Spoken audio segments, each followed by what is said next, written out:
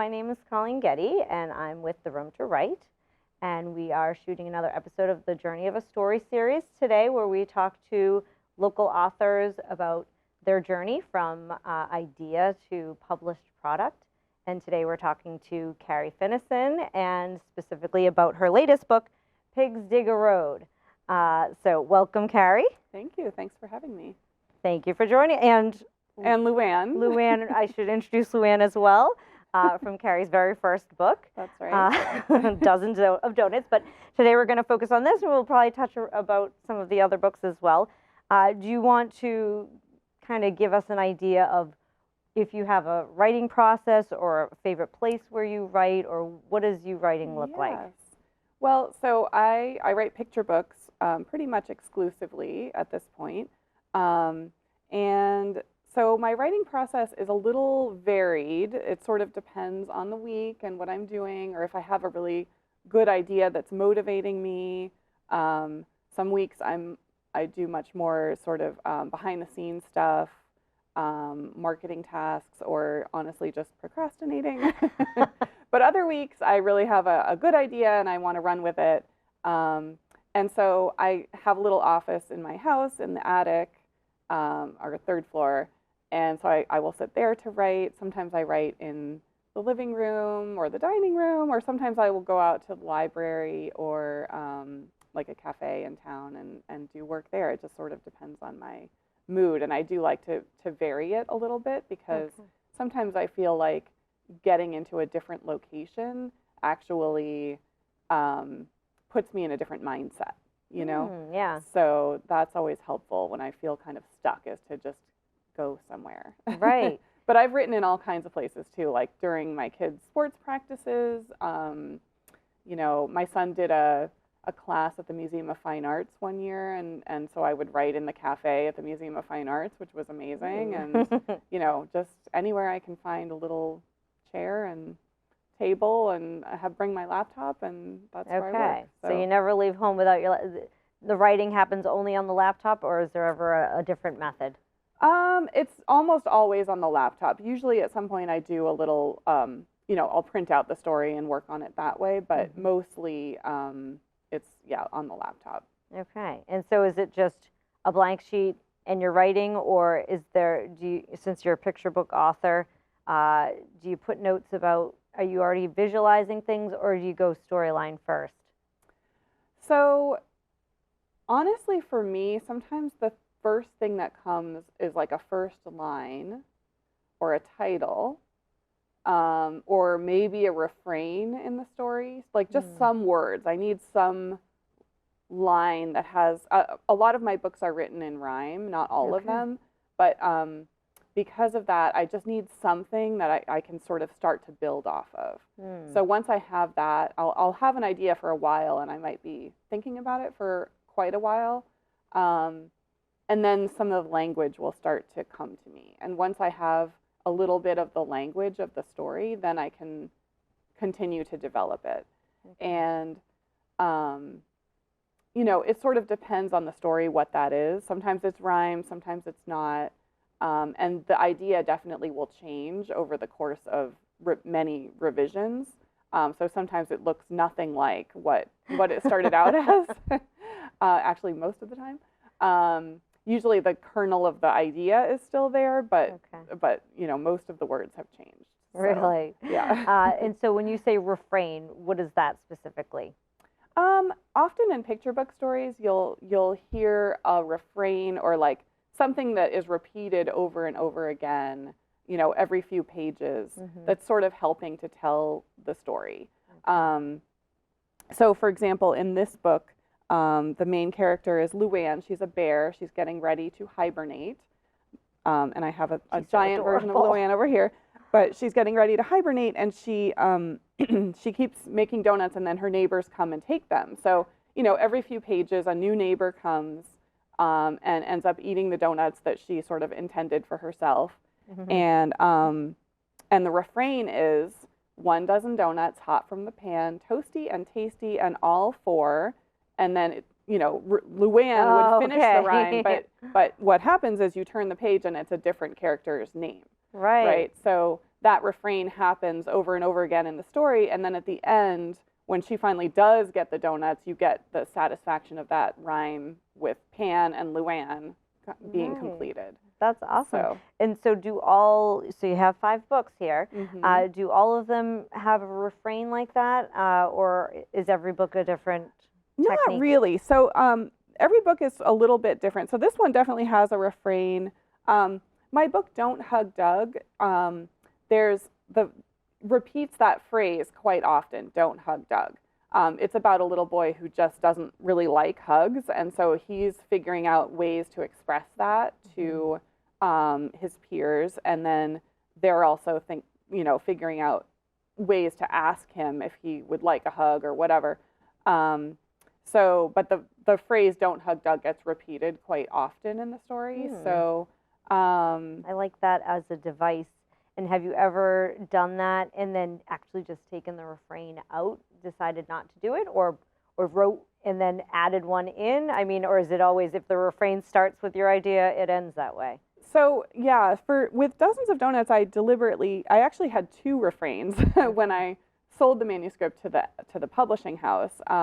And the editor came back and was like, "This story's kind of long. Like, maybe we could just do with one of the 2 refrains," because there was also a refrain about her like mixing up the batter for the donuts, which she had to do, every time she made a new batch.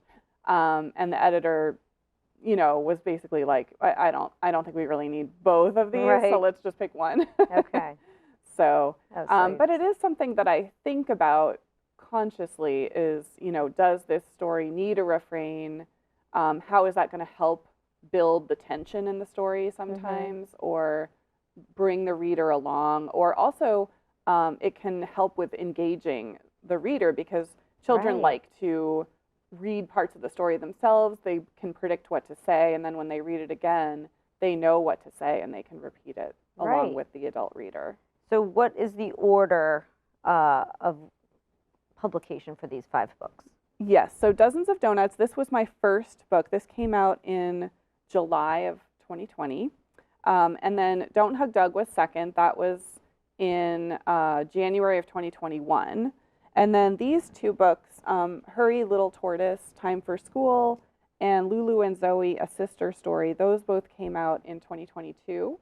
And then my most recent book is Pigs Dig a Road, which just came out in September of 2024. Okay, so then I was guessing that, only because now my question is, both your first 2 books had refrains in them. Did you feel like you were the refrain author, like that was your shtick? Or did you, like for your 3rd book, were you wanting to do that again because that was the expectation maybe from your audience? Or did you want to break from that? Like, why did you go off of that? Well, I think that each book deserves what it needs, right? So I have been trying deliberately to not write every single book in rhyme, even though I love to write in rhyme, but I don't want to get sort of pigeonholed as like, I only write in rhyme. Right. So, I have been sort of trying to avoid that a little bit, but I think that it's just a question of like what the story needs and what's the best way to tell it. And sometimes that is repetition and refrain, and sometimes it's not. So. Okay. And you bring up a point about rhyme, which being at conferences or workshops, a lot of times they'll say, "Oh, don't rhyme the picture books." But I've talked to so many picture book authors who they're able to rhyme. So what's your take on that? Yeah, I think that there's a lot of unfortunately, people who aren't that well versed in writing in rhyme, and so editors and agents like see a lot of really rhyme that's not really well done. Okay. So they tend to just say, "Please don't send me that." I mean, I think there are some editors who genuinely don't feel that they're like qualified to edit something that's in rhyme. It's much more difficult to edit something in rhyme and to revise it, because sometimes you can't just change one word or one line. You might end up having to change like a whole section of the story, or it has impacts in other parts of the story, because like personally, when I write in rhyme, I don't want to ever repeat a rhyming pair within the story. So So I can't, some words become inaccessible to me just because I've already used them someplace else, right?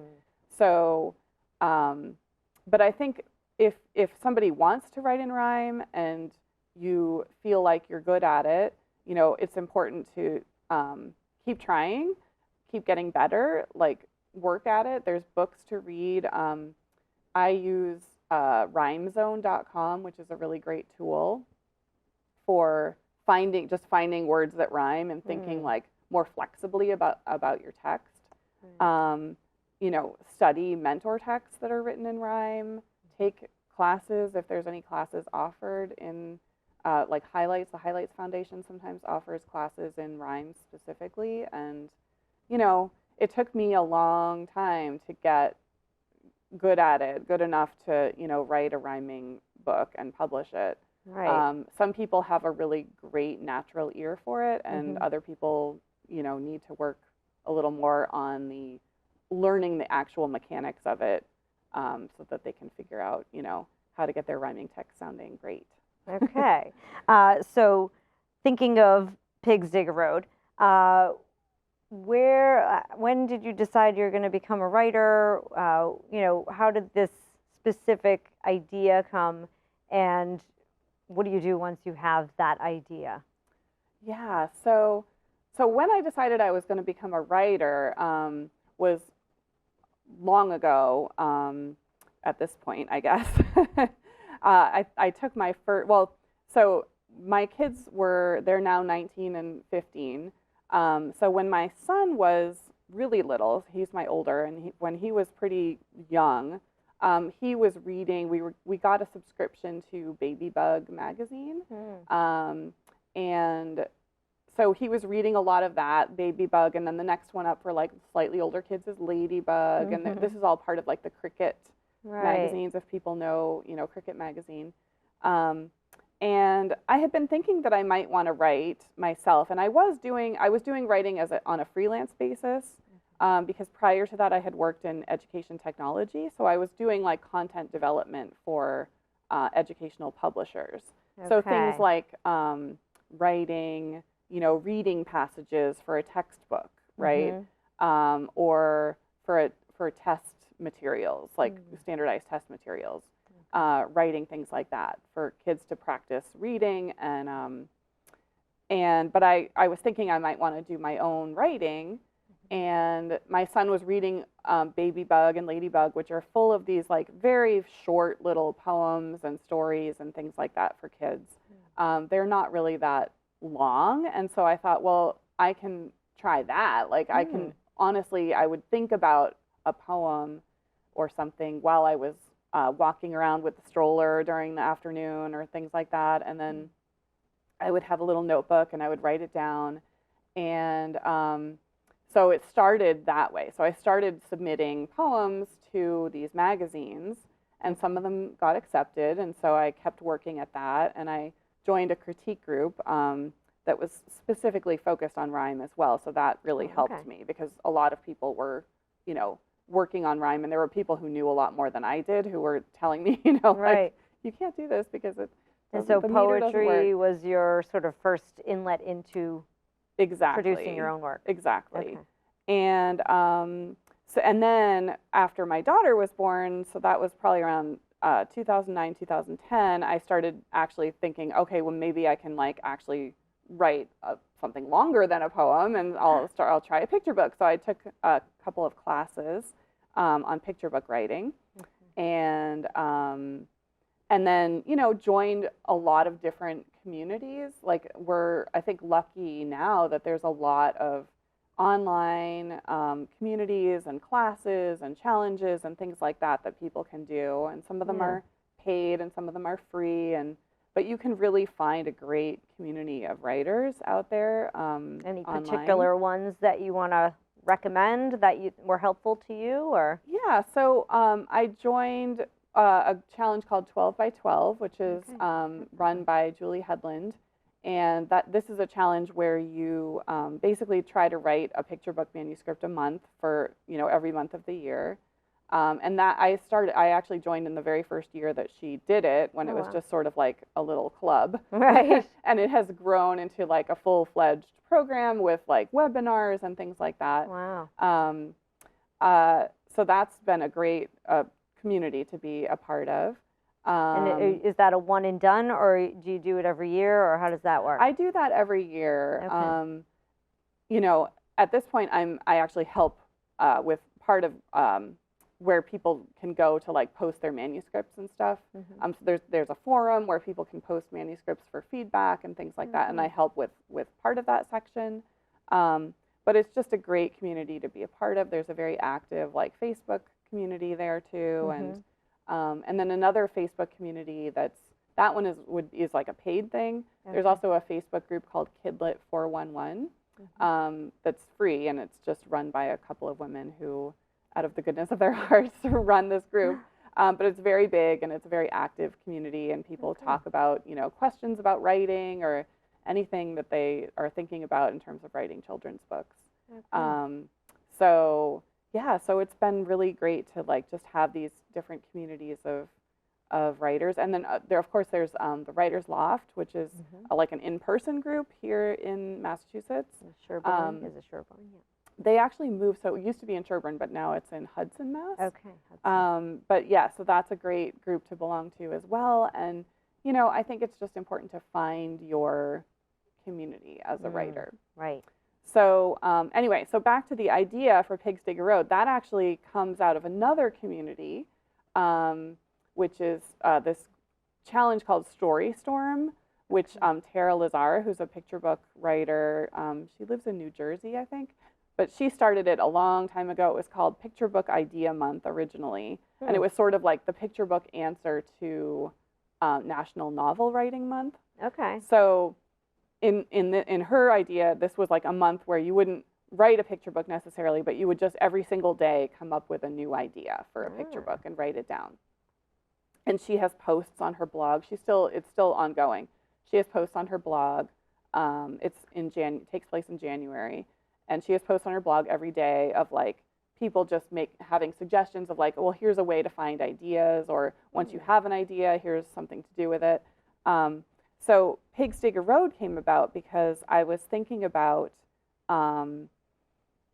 doing a twist on a traditional children's story, right? Or actually it was a song. So I was thinking about the song Five Little Trucks, which I don't know if you're familiar with that song, but it goes... Belt it out. Well, Rafi sang it better than I did. Yep. But the lyrics go, 5 little ducks went out one day over the hills and far away.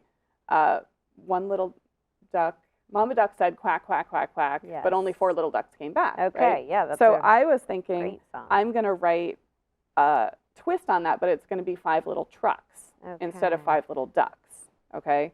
And I had to ask just briefly, is there ever like a copyright problem? Like, were you nervous? Do you have to ask permission or anything legal behind any of that stuff? Sometimes you do. So it kind of depends. That song I'm not sure, because I don't think Rafi wrote that song. I don't know who wrote the song. Public domain, it's sort of a public. I would think that one would be sort of public domain. But that is a good point, because it is important to check on things. Usually parody is allowed though. So if you twist it enough, that's okay. Okay, right? Good to know. Yeah, because it's fun to twist things. It is fun. It is fun. And but I know like certain, like Disney for sure is very litigious. So like you could do a twist on the traditional Cinderella story, but you couldn't like necessarily use the same names that Disney used, because that was their their version of it. So anyway, so I was working on this 5 little trucks idea, and it just sort of, the story kind of built from there, because I was thinking, okay, well, 5 little trucks go out one day over the hills. What are they doing? Right? Like, why are these trucks going out during the day? And then I thought, well, they're probably doing some kind of construction work, right? Like that's what trucks do. So, so the trucks are going out to do their construction work. So then I started researching, well, if like the paving of a road, like what does that actually involve? And then I realized, well, there's actually more than 5 trucks there's like at least 8 or 9 different trucks that are involved in the construction of Right. a road, right? And so, now you're a so now my phone, professional I think, on- doesn't work anymore. And so it kind of changed from there. So, and then Okay. I was thinking, well, who's driving these trucks, right? Are Right. they just anthropomorphic trucks that, you know, build a road all by themselves, or is somebody Right. actually like driving them and deciding to do this? For a while, it was called Ducks in Trucks. So it was about ducks who were driving these trucks and like trying to build this road. And at some point, one of my critique partners, I think, suggested that Ducks in Trucks specifically was sort of an overdone Oh, really? thing, because it's just such an easy rhyme, you know, Right. and that maybe another animal might like work a little bit better. Yep. So then I thought, well, maybe I'll try pigs. Right. Well, and there's a point of the importance of bouncing your ideas off of other people too, Yes, right? Before you go exactly. too down the road too far. Right, right, the road. Yeah, there's stages along the road where you want to get feedback from other people, Right. and it is really helpful to get different opinions. With this story, I got a professional critique at one point at so the Society of Children's Book Writers and Illustrators has conferences regularly, and editors will come to those conferences, and you can pay for a critique from an editor from like a major, you know, publishing house.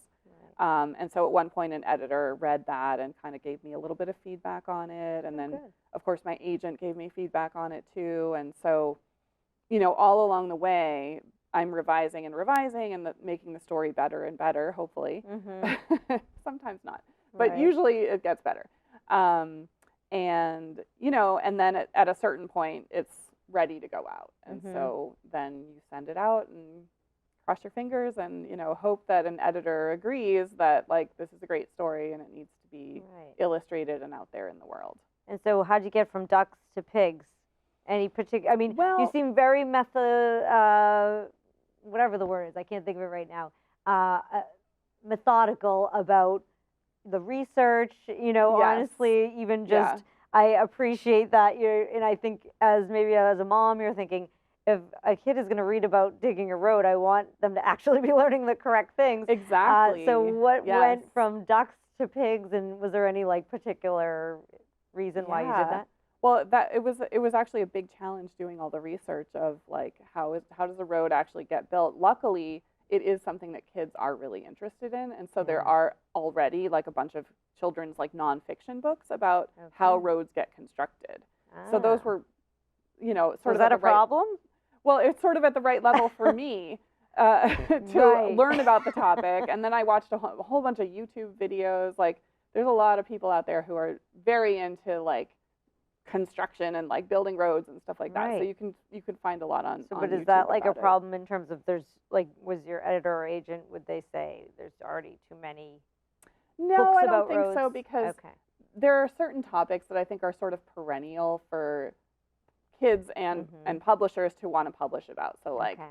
dinosaurs, like unicorns, Right. trucks, you know, sharks. Like they always are going to want books about that topic. Okay. You know? That's good to know. Yeah, and I think that also this is a little different because it's a fictional story, right? Mhm. And a lot of the books are more nonfiction oriented. So Right. Okay. this kind of adds a layer of just the pleasure of seeing pigs building a road. So but to your question about why pigs, Yeah. I honestly am not 100% sure. It was a little bit of a subconscious thing. Mhm. One of the books that inspired me and that I was thinking about as I was writing it the whole time is, and I actually brought it with me, is one of my favorite books from childhood, which is Richard Scarry's What Do People Do All Day? Yes. And I love, like, I just used to love looking at the characters and the pictures and the very detailed scenes of like things going on. Yes. Right. I remember loving that as well. Yes, and so this book has pigs often as characters. Like Ah. there's a whole family of pigs, and they have little different adventures and stuff like that. So so this book really was in my mind as I was writing this story, and even though I had read it myself many times as a child, and then I had also read it to my kids when they were really little, I completely forgot and only noticed this like a month after my book was published. But there's this whole section of the story that's about building a new road. And like, so you can see, you know, they're doing all this construction, and all the big trucks come out, and they, like, all kinds of mishaps, you know, take place during this, which is sort of similar to what happens in my book, is like, you know, the gravel spills out, and like somebody steps in the asphalt, and and all kinds of things happen. So, you know, I think, and here's a little pig driving a tractor shovel. So, you know, I think that there's just, you read things, you don't even realize that you're necessarily like sort of channeling something, internalizing it, and then bringing it back out again as you're writing. But we are. So that was definitely one, you know, sort of heavy source of inspiration for the book. So. And I mean, I'm sure you loved pigs and digs. The pigs and digs. That was definitely a big, you know, part of the reason why I thought pigs would work. And then the funny part is, it turns out the illustrator, which I have to give credit to the illustrator, because he did such a phenomenal job of making the pigs look so exciting and fun. But his name is Brian Biggs. And so everything's rhyming. Everything's rhyming. So I thought, when the publisher said, "How about Brian Biggs?" I was like, "Oh, his name rhymes with pig." So that's a question I have then. At what point does the illustrator come into this, and are all your books by the same illustrator, different illustrators, and how does that work from the author's point of view? What's that experience like? So I don't illustrate. So all of these books have different illustrators. And the process is usually one where I write the manuscript, I send it to the publishing house, they decide if they want to buy it, and then I'll work with the editor to make the manuscript, you know, as good as it can be. And that's the point, when the story is all done, that's the point at which they will hire an illustrator to work on it.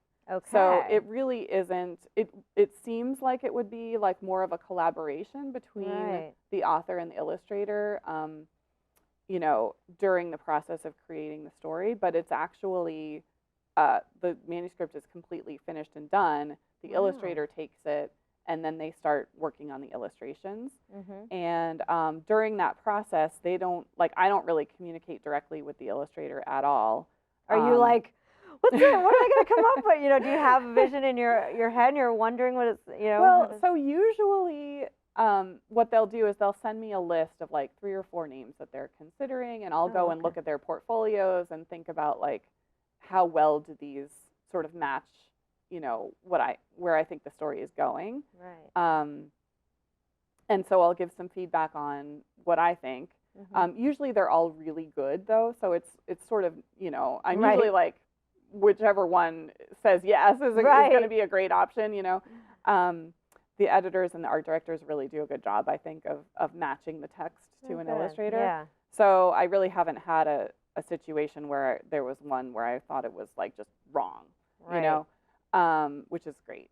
And so then it's a question of like, who's available, you know, who wants to work on the project. So they'll kind of pitch it out to maybe 1 or 2 people and see like if one of them is interested, and then they hire that person. And so there are a few moments where I get to see, like, first I'll see character designs, and get to have a little bit of feedback on that, and then I'll see a stage at which they've sketched out the whole entire book, and give some feedback. I try to do most of my feedback at that point, because that's when it's easy to change things, because then the next stage is sort of much more final and hard to change stuff at that point.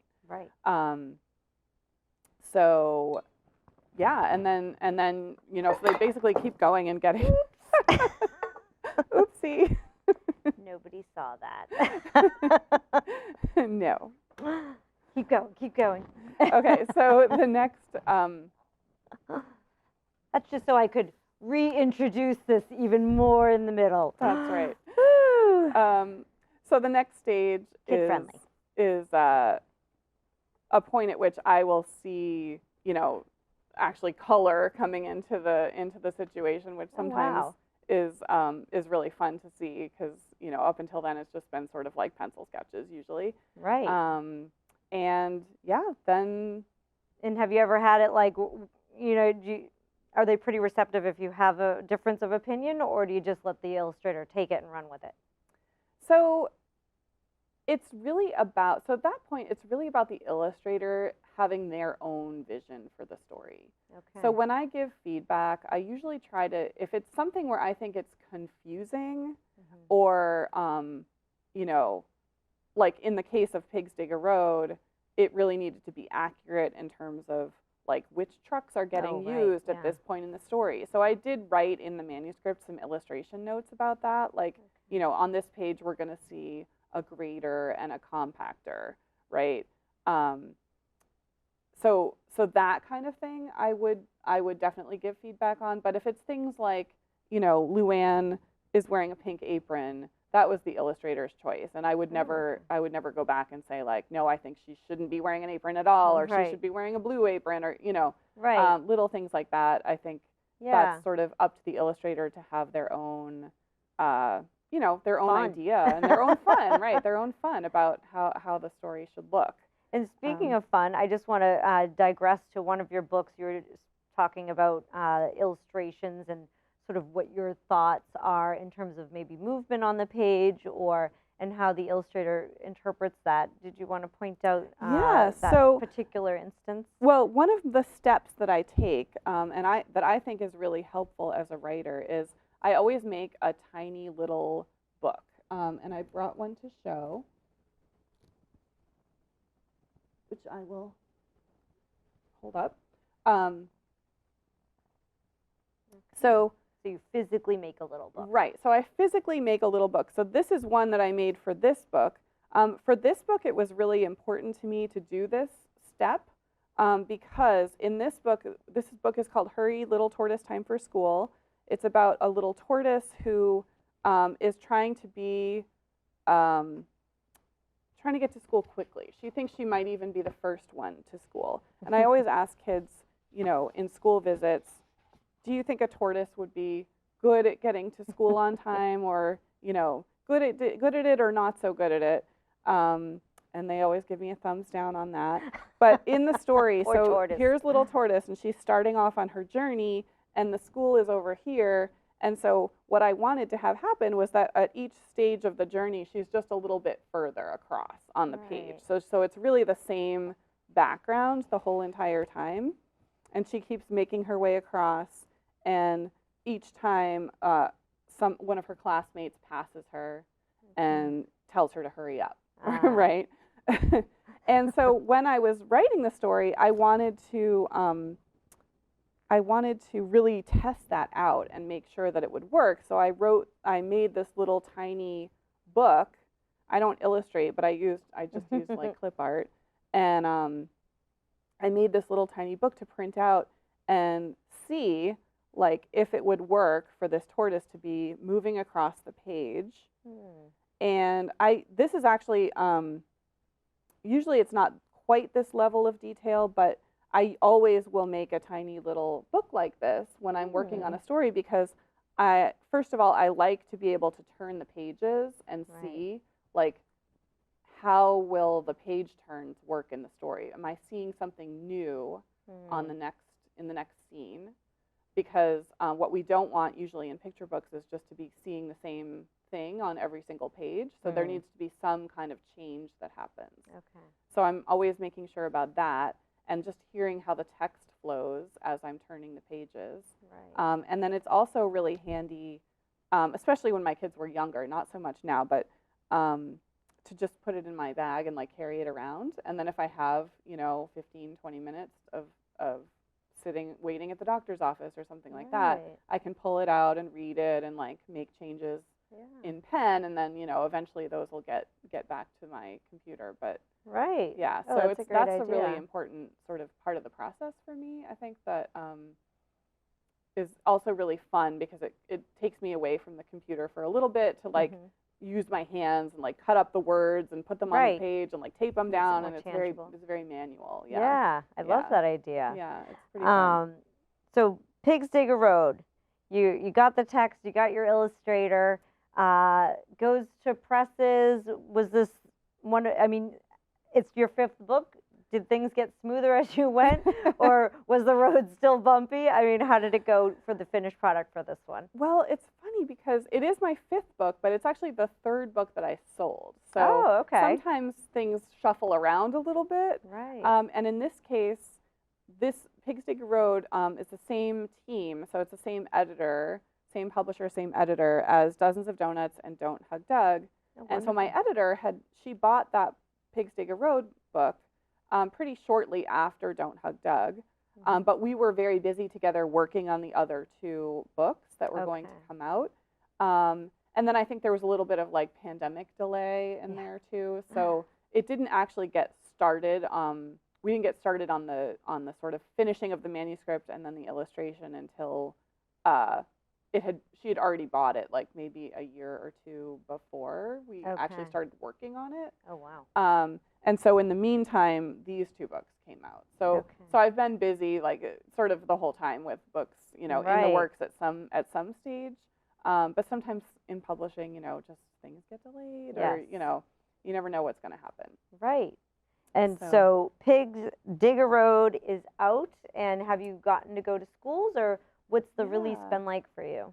It's been really fun. I've gone, since it's fall, there's like a lot of book festivals and things going on. So I've gone to a couple book festivals. I've done a lot of bookstore events. I'm doing next week a library event. Like, it's just nice to be able to get out and share it with kids.